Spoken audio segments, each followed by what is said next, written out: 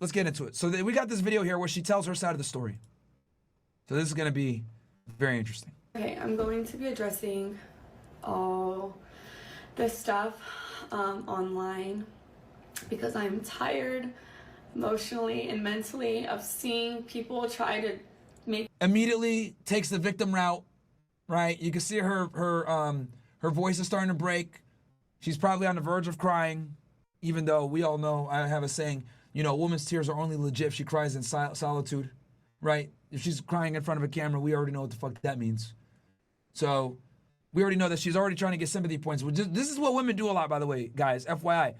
Understand that we live in a society where women have all the same rights as men, all the same privileges as men, the same authorities as men. However, they don't deal with the same consequences as men for their bad decisions because they always reserve the right to regress back to the status of, oh, well, I'm just a female, right?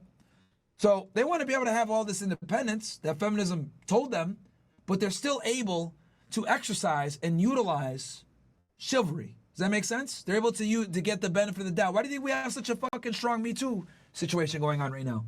These bitches be lying on people.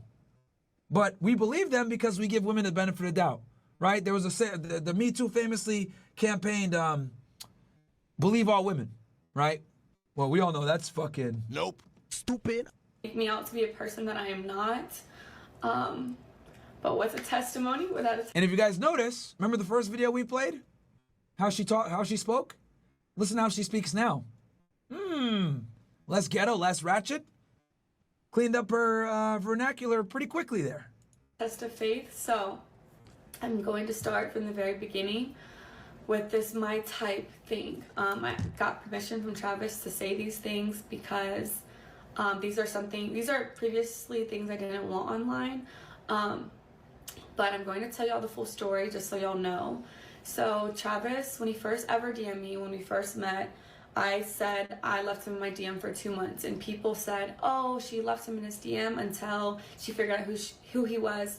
That is not true at all. The real reason Travis sat in my DM for 2 months is because he DM'd me when he had a girlfriend, and her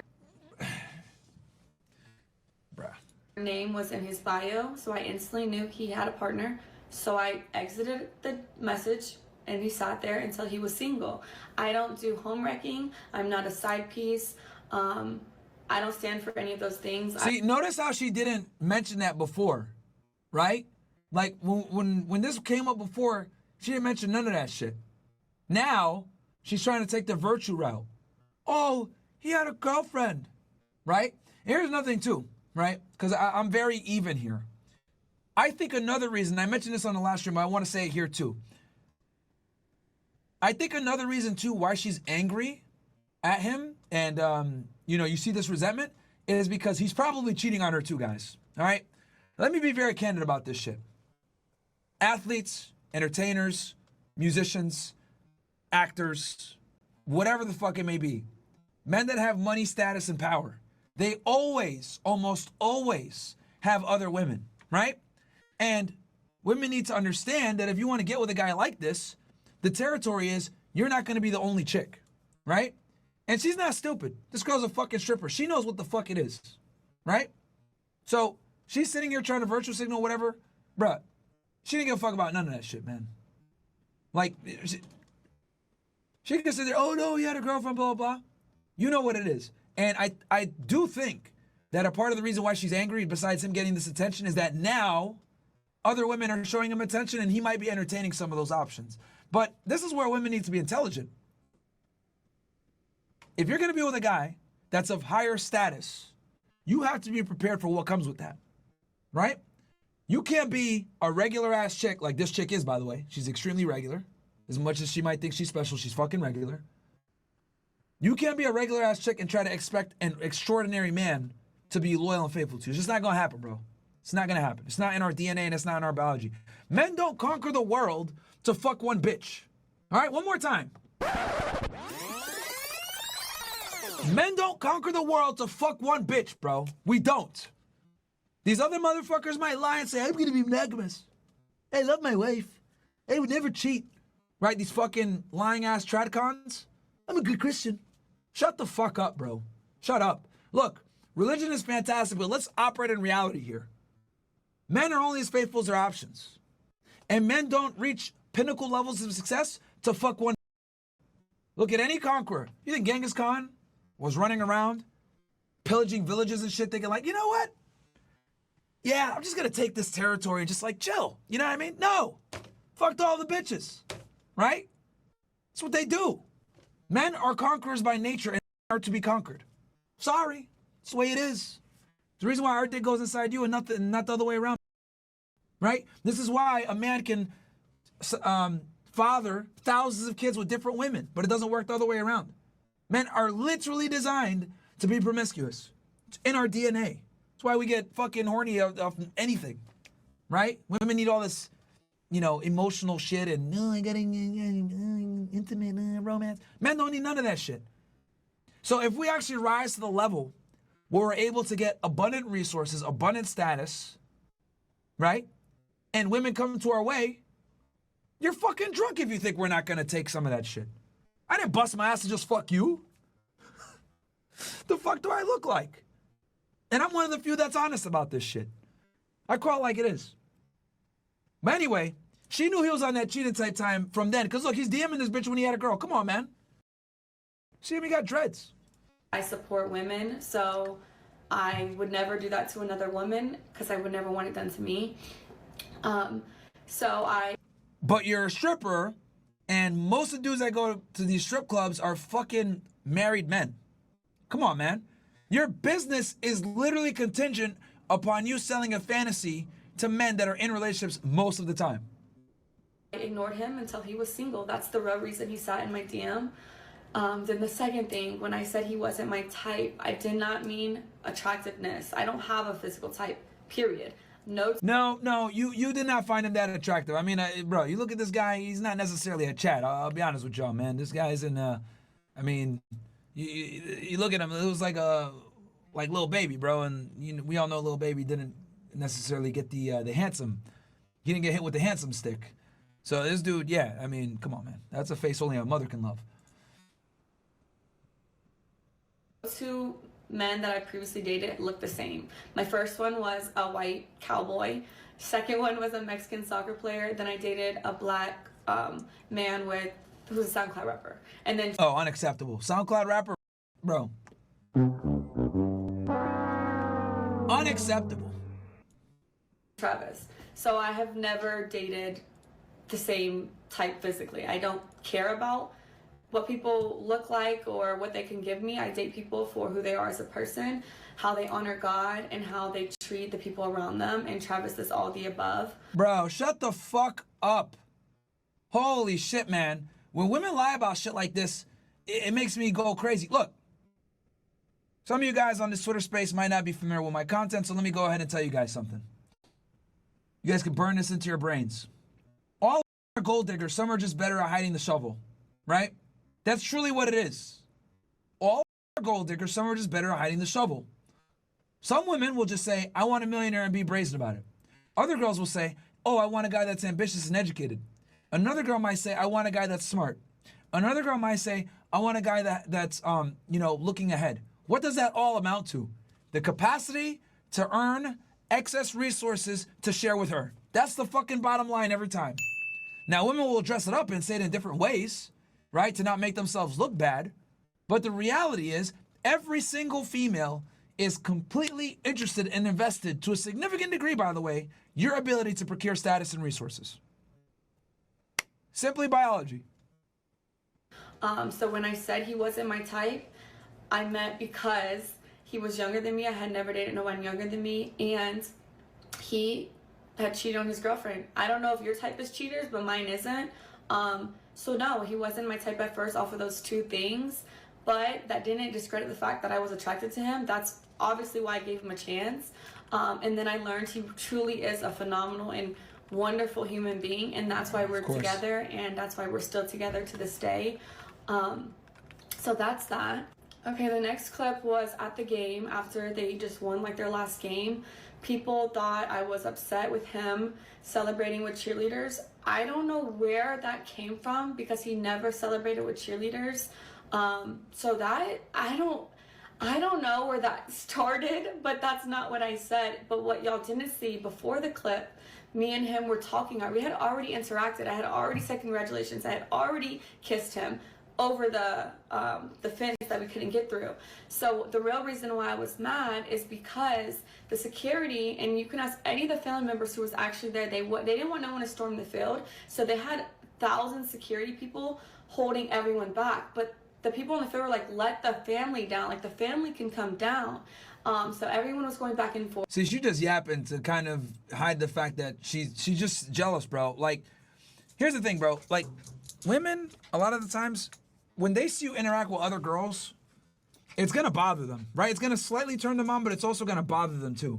Because every girl wants to know that her man is attractive and arousing, but they don't necessarily like seeing the process of that. I'll give you guys an example. You go to your favorite pizza shop. Let's go into a dream world, right? You go to your favorite pizza shop, right? You eat the pizza. You love the pizza. You've been going there for years. You're like, damn, this pizza's good. But one day, you see how they're making the pizza in the back, right? They're tossing the dough around. Some sweaty Italian niggas in the back, you know, tossing that pizza paws, right? Mamma mia! And he's like, you know, going hard in the paint, right? He's like fucking Salt Bae, but on some pizza type shit, right?